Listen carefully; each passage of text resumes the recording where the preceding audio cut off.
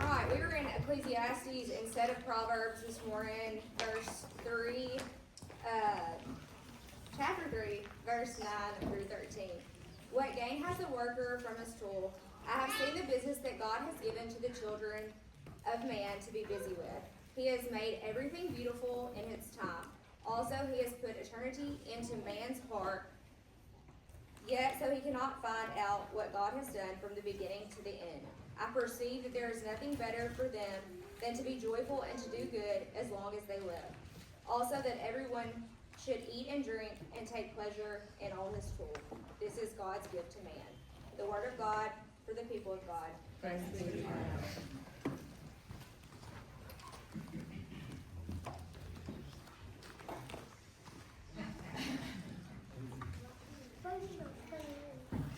All right. Are we doing kids today? Okay, just hang on. All right. Did that. Let's hang on. Okay, so I called an audible yesterday. We're going to return to the Known series next week. Calling this the Labor Day Interlude. Labor Day. It's been a national holiday, I think, since 1894. It began really overseas in the UK and then sort of found its way over here.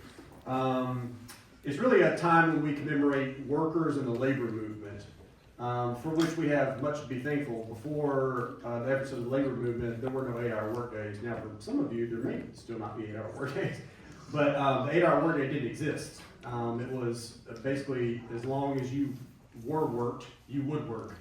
There was no notion of, having an evening off or even a weekend sometimes. So Labor Day is that national holiday that celebrates the efforts of the labor movement and celebrates workers, anyone who works to keep this country going. So I want to talk about work. And to do that, I'm going to look at Ecclesiastes. If you've ever read Ecclesiastes, it's often people's favorite book. It's probably one of my favorite books of the Bible. And yet, it's one of the most confounding because it doesn't come off as very hopeful. An initial reading of Ecclesiastes will kind of hit you like, well, this is bleak. It seems that Solomon, who wrote Ecclesiastes, says that everything is sort of vanity. Everything is very temporary, very fleeting, and maybe even meaningless. And that we just sort of need to do our best before we die. That's kind of the theme of Ecclesiastes. I think it says a lot more than that, as we'll see. But that's how it can hit you. For that reason, I'm kind of drawn to it. It sort of speaks to my human experience. Ecclesiastes and Solomon are not interested. And if you read Proverbs, Song of Songs, Ecclesiastes, the three principal books that Solomon wrote, he's not interested in wrapping anything up in a bow. He is not interested in your comfort. He's not interested in you walking away with well, Jesus is the answer. That's not Solomon. Solomon is, I say this before, and it's not original to me, but Solomon is very much, God is faithful, life is tragic, you better figure that out. Or you're going to live in the intermediary there. Okay? So Ecclesiastes is very much about that. Chapter 3 of Ecclesiastes, that Morgan just read from, is maybe, if you know nothing else of Ecclesiastes, you know this passage. Right before verse 9, starting in verse 2. Or actually, let's just go to, on your phone or in your physical Bible, verse 1. This is the famous "a time for everything" passage. Ecclesiastes 3. So let me just read it to ramp up to verse 9. For everything there's a season, and a time for every matter under heaven. A time to be born, a time to die, a time to plant, a time to pluck up what is planted, a time to kill, a time to heal. A time to break down, a time to build up. A time to weep, a time to laugh. A time to mourn, a time to dance. A time to cast away stones, and a time to gather stones. A time to embrace, and a time to refrain from embracing. A time to seek, a time to lose. A time to keep, a time to cast away. A time to tear, a time to sow.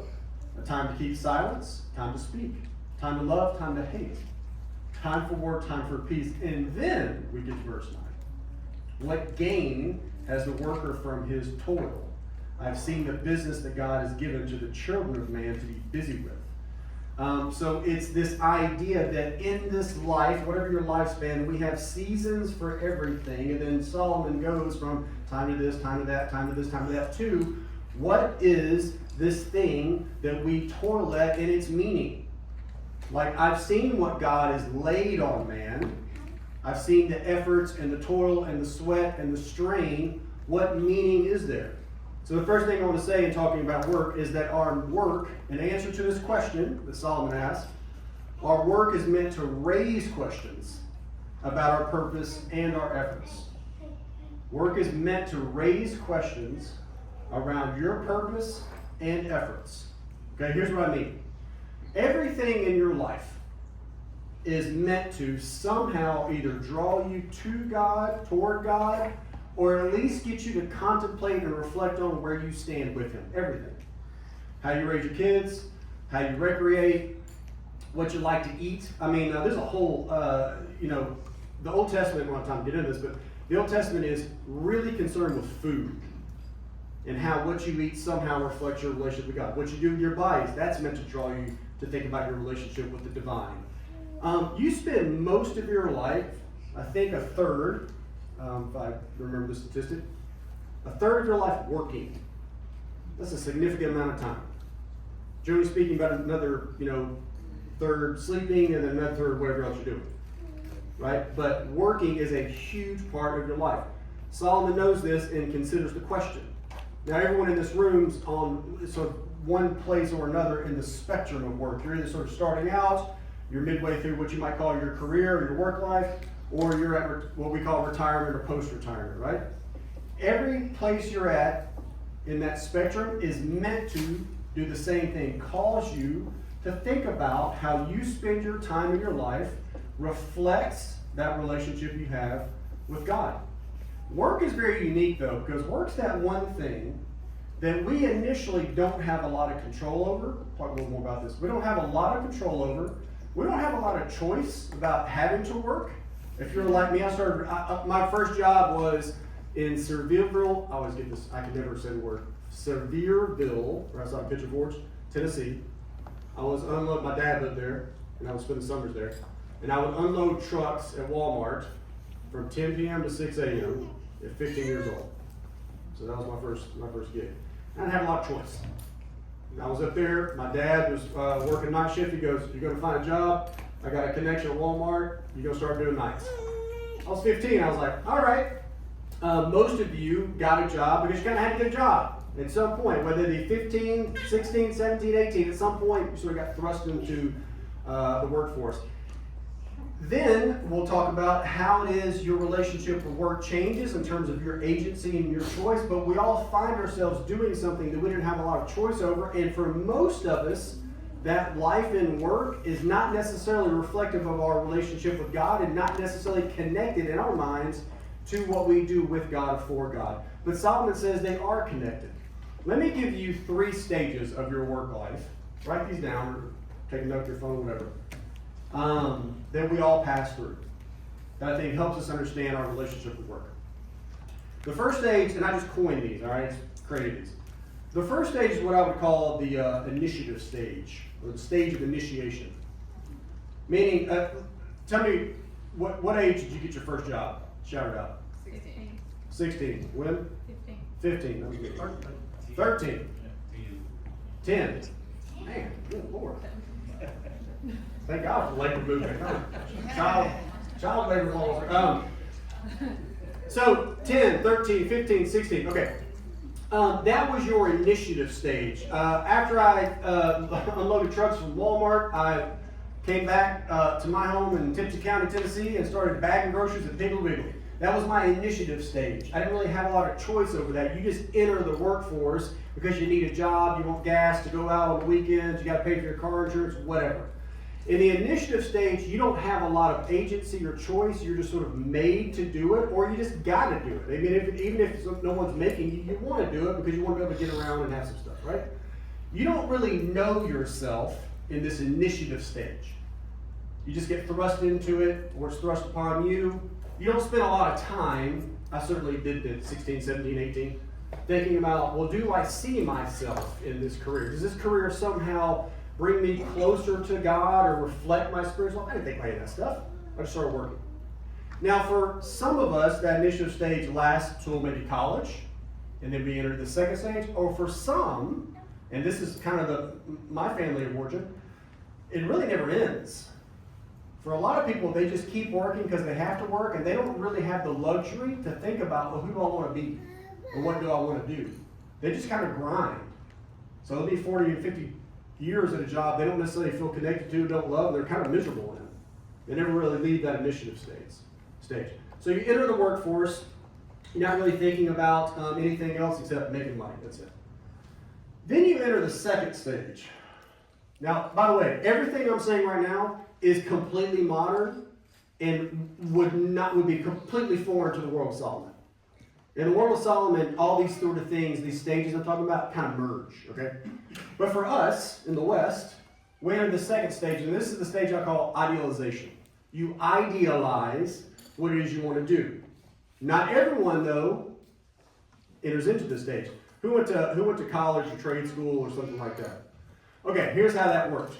Someone said, who do you want to be when you grow up, and what career do you want? And you said, a veterinarian or a police officer or anything else. I want to be a dentist or a doctor or whatever. And then you just entered into that thing. You went to college or trade for it. It's because you idealize what it is you want to do and who it is you want to be. You see yourself as this thing, right? Now, for most of us, the thing that you idealize, when you actually become, you realize, like, oh, it's not so glorious. It's not as romantic as I thought, right? But you think you'll be this kind of person when you become that thing. I'm going to be a teacher. Teachers do this all the time. I'm a teacher at heart, and felt most called to be a teacher. But teachers have this notion of it's noble work, and it is. I'm good with kids. I want to help kids, and there's very virtuous reasons for getting into it. And then you get into it and realize it's hard. The system is hard. It's hard to sort of find yourself. They get burned out, all this kind of stuff. So we usually get to that idealized stage, and we sort of fade away. We kind of burn out and realize something's still missing here. The thing that I thought I would do and the person I thought I'd be, it's still leaving me a little bit empty. And then, if you're lucky enough, and this is what's going to bring us to Ecclesiastes, you enter into what I call this third stage, and it's the inspirational stage. It's the inspirational stage. This is when you're disillusioned with life. You realize that career can't fill the hole in your heart, and that no amount of good work and no amount of money will ever quite complete you. This is Ecclesiastes. Solomon was the wealthiest man in antiquity. There was nothing he couldn't have and didn't have, and yet he writes Ecclesiastes. And yet he's discontent. And yet he says, everything feels meaningless. Now, if you're lucky, you get to this inspirational stage and you're disillusioned. Here's what my hope for you. My hope for you is that you choose whatever path you're going to choose, or you're on the path that you're on, and you come to a point where you realize, I'm not all that happy. Everything that I thought I would have and be, it's not actually there. That would be my great hope. That'd be my great hope. Because it's that moment and in that phase that you're allowed to change. So there's an essay called, if you put that up, that quote, there's an essay called "The Question Holds a Lantern" by he's passed away now, but Irish poet and essayist. You can Google this. It's a 5-paragraph essay. "The Question Holds a Lantern." It's phenomenal. But he talks about this. He talks about this moment in life, season in life, when you realize, the marriage that I thought would rescue me, and the kids that I would have that I thought would sort of make my life so complete, and the job and the career and all these things, I'm just not, still just not happy. He talks about this stage of disillusionment as being necessary for your development. And he says this about your life and your work. Once you start to awaken, now this awakening only comes on the other side of pain. That's it. If you're not in pain, you're never going to awaken, right? Comfort is the enemy. And if you're comfortable, you have no reason to awaken. But when you realize that life is not everything you thought it would be, you come to this place where you're like, I want more for myself. So my career path, I felt called to ministry at 19. I quickly realized that my gift was teaching. And I got sort of, enamored with theology, the Bible, things like that. But then I went the literary route and started teaching college at a very young age. I've taught college since I was 25 years old. professor, vice president of academics, all this kind of stuff. Even that though, and I really thought, I think if you'd have interviewed the 26 or 27-year-old me, and asked him, are you going to be completely content and happy with this career? I would have been like, absolutely. That's all I want. And get into it and realize, oh, the problem's not out there, or the emptiness or incompletion is not out there when I'm doing or not doing, it's here. When I went to become a therapist, which was only, I graduated with my counseling degree in 2020. The average age of my cohort was 53. People who had worked entire careers, 30 years at places, came to the same realization that something was missing and made therapy and counseling a second career. For most therapists and counselors, it is a second career because of this. So you come to this place of disillusionment and you begin to change, and Donahue says, once you start to awaken, this is my favorite paragraphs in all of history, right? I love this. No one can ever claim you again for the old patterns. Like, once you start to become a new person, once God starts to do a work in you, is there old behavior? Yep. Old temptations? Sure. When that old self starts to beckon and those old patterns want to reclaim you, once you've undergone enough change, it's not going to happen. You're like, I'm not going back. I may have moments where I want to kind of revisit, but I'm not going back to the person I was living those patterns I used to live. Now you realize, this is very Ecclesiastes, how precious your time here is. You're no longer willing to squander your essence on undertakings that do not nourish your true self. For most people who are still living that initiative phase of work, they're squandering their essence on things that don't nourish their true self. This is why you're miserable at work. Like you find that you're, now listen, there's an element in which work is work, right? It's not pleasure. I contend that it does not have to be that way most of the time. And that if it is, it's because you are squandering your essence on things that don't nourish your true self. They may nourish your false self, your performative self, but they don't nourish your true self. Your patience grows thin with tired talk and dead language. You ever get to the point, by the way, like I'm probably becoming a little more of a curmudgeon as I get older. I don't know. I'm certainly becoming more direct. I just want to kind of get there, like in someone's life. If you start hitting me with a ton of small talk, you may just see me ADHD on out. I may just be like, okay. Like, you find the more you live and the more you grow and the more you understand the essence of things, don't you find that you just don't have a lot of time for the nonsense and the shallow stuff? Like, my God, get to the point. I sort of feel that with a lot of urgency. I think that's a symptom of growth. You see through the rosters of expectation. I love this phrase. People expect things of you. This is the nature of a job, right? And there's a part of that's unavoidable. You're being paid to do a thing, right? But there is a sense in which we live most of our lives with a roster of expectation. You do what you do, you say what you say because you're expected to.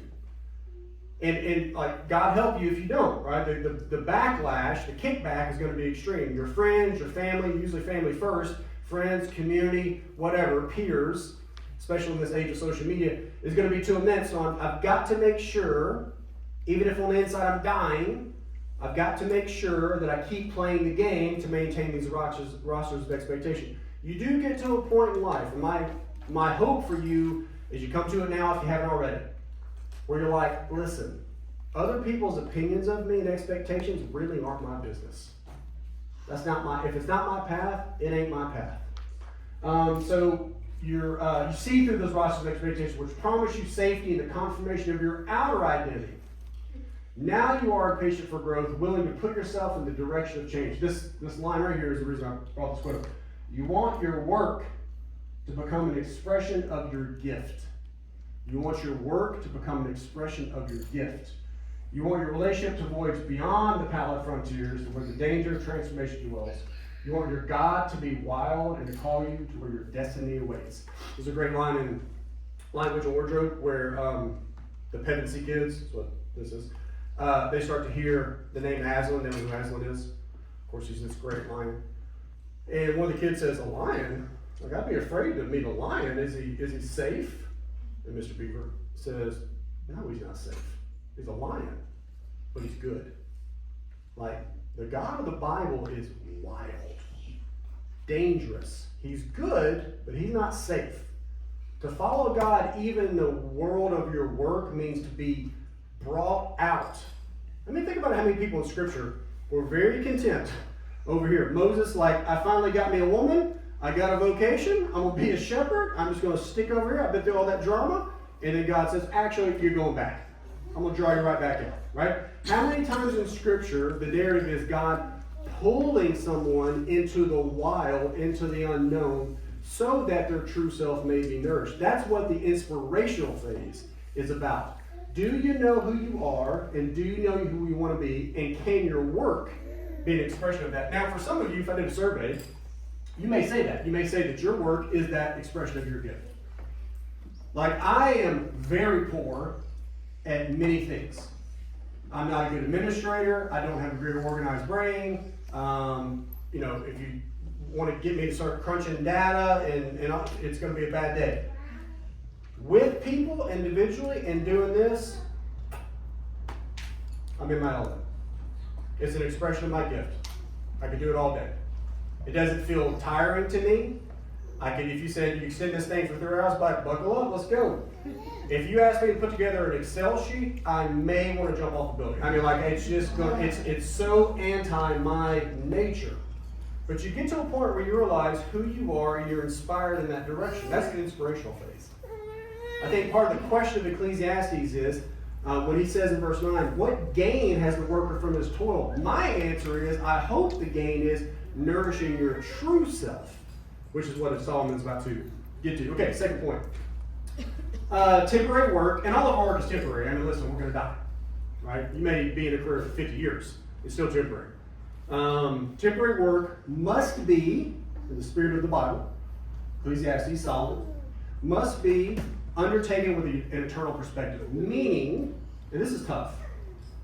It's tough to sort of see what I'm doing right now in the temporal that's going to end very soon. You may leave your job in a week. You may be there for 10 years.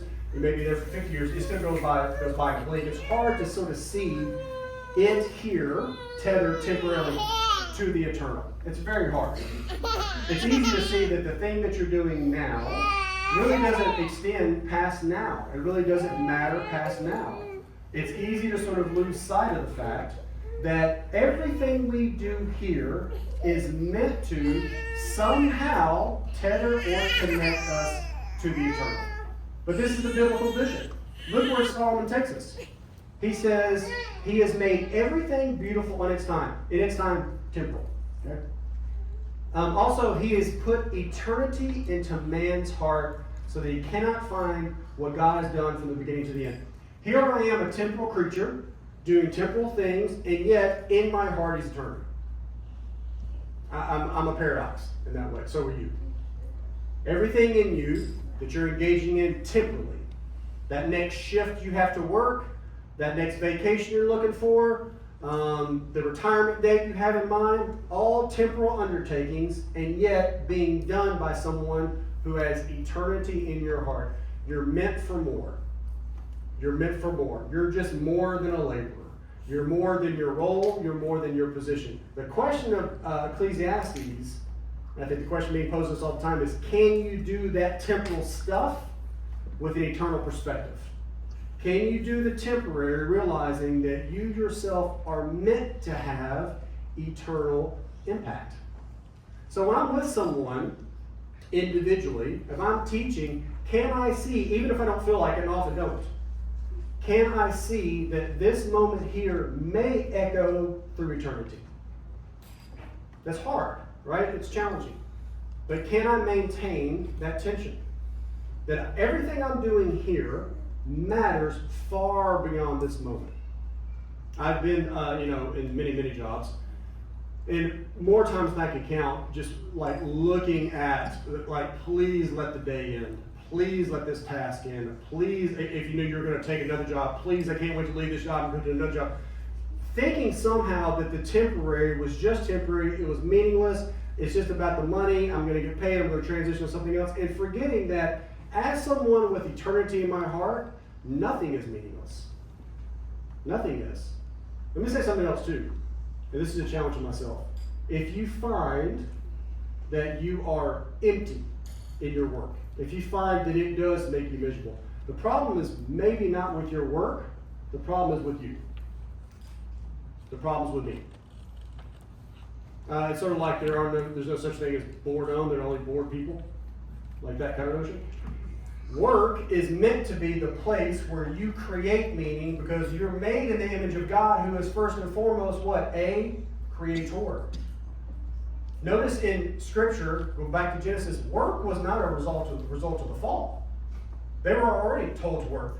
Difficulty and strain with work, hardship with work, that was a result of the fall. But they were already laborers and cultivators. Work's a gift from God. At no point are we ever told that work is somehow a consequence of the fall. Work is the function that we're meant to participate in. We are meant to create. I don't care if you're a secretary or a senator. The notion is you are creating the true and the good and the beautiful all the time. If you find that you're not doing that in your work, the problem is not with the work, the problem is with you. Like I've run across people, so have you. I don't know, tellers at a bank or someone at a drive-thru who, Chick-fil-A especially, who have such a sense of joy in what they're doing, and I wouldn't want to, you couldn't pay me enough to do what they're doing. And yet they have such a sense of fullness and joy in what they're doing that they make what they're doing seem meaningful, even if I judge it as meaningless. It's not the role, it's the person that creates that. So everything we do, we're meant to, even though it's temporary, infuse it with eternity because we ourselves are full of eternity. Eternity is in our hearts, God, Solomon says. Okay, point 3. Your work, whatever it is meant to bring some level of satisfaction here and be a preview of eternity. My contention is this. Work should not always, I'm not saying it's not going to be hard, but it shouldn't be miserable. It just shouldn't be. It may be laborious. It is labor, right? Work is work, but it shouldn't be miserable. If you find that what you're undertaking, what you're giving your time to, does create misery, does create constant dissatisfaction, I think you need to pick a different career. I think you need to save yourself and get out of there. Somehow, some way. I believe the biblical vision is that what I do is an expression and extension of my gift. And that if I find a disconnect between my true self and what I do, there's a problem. Now, let me just sort of say a word about purpose. Gus. Let me say a word about purpose. Purpose and work don't necessarily align. I think this is true for a lot of us. If I were to say, what's your life purpose? Which I don't think is a more important question that you can be asked. So what is your life purpose? Chances are your purpose and your 9 to 5, your paycheck, don't necessarily align. I think that's okay. This is Paul. Paul, we're told, made tents. He had a job. That was not his purpose. He saw his work as good. He says in Colossians 3:23, everything you do for the glory of God. And I do as unto the Lord. It's good, but it's not his purpose. I don't think you have to line your work up with your purpose. I think you are blessed if they do align. Like that feels good. It feels good if the thing that you do aligns with what you're here to do. But even if that's not your story, even if that's not where you are, you got to get a sense of your purpose, and you got to make your work fund the purpose. If I put a gun to my head and say, you pick one, what you're here to be and do, are you here to work or live your purpose? It's live your purpose. So we want to get to the place where our work serves the purpose. They may not always align, but you want one to be in service to the other. Of course, that's going to be a problem if you don't actually know what your purpose is. So get a hold of your purpose. I actually think that part of the package of becoming a Christian, part of what is involved in the spiritual life is a sense of purpose. I don't think God occupies anyone's heart. I don't think the Spirit moves apart from the gift and the blessing of endowing you with purpose, that you know why you're here to do. I'll kind of maybe close with this as a way to kind of seal the deal. So I grew up in a church where we had altar calls all the time, and you were constantly kind of going forward. I probably got saved 1,000 times. I don't know. Every time, the more I would say like emotionally manipulative the speaker was, and the more forceful they were, the more I was afraid. Went up and like, okay, let me rededicate, let me get saved again. those moments meant something, but the moment that meant the most to me, and was more real than any, since I was a kid, I grew up in the church. I can't quite say when I, became a Christian. I could point to one moment, but then again, there's other moments. But the moment that means more to me than anything else is when I was 19. I graduated high school, I was only 18 for a week, so I was pretty much 17. 17 and 19, I literally probably went through 20 jobs. Tried college, a semester and a half, job. In 19, I was in a church and felt I had no idea what the language for it was, but felt a call to ministry. Found myself surrendering to the ministry, and immediately there was a sense of, I'm going to be a teacher. That was it. That sense of call and that sense of purpose has been stronger and more meaningful to me than any other spiritual decision I ever made. I think that's what comes, that's a part of the deal. That as you interact with God and as He encounters you and as you sort of line your life up with Him, that there is a sense of purpose. It could be teaching, it could be serving, it could be playing music, it could be writing poetry, it could be building buildings, it could be laying carpet. I don't know what it is. The task is going to be about something larger than itself. So if you are laying carpets, because you believe in creating things that people can live in. If you are teaching people, it's because you believe that there's power in meaning and imparting knowledge. If you're a contractor, it's because you believe, as God is creator, that maybe you're made to create beautiful things at that. Whatever it is, your work and your purpose line up. And if you grow closer to the Lord, if you walk in the question of what am I here to do, you will find what John O'Donohue said is true. Your work will be an expression of your gift.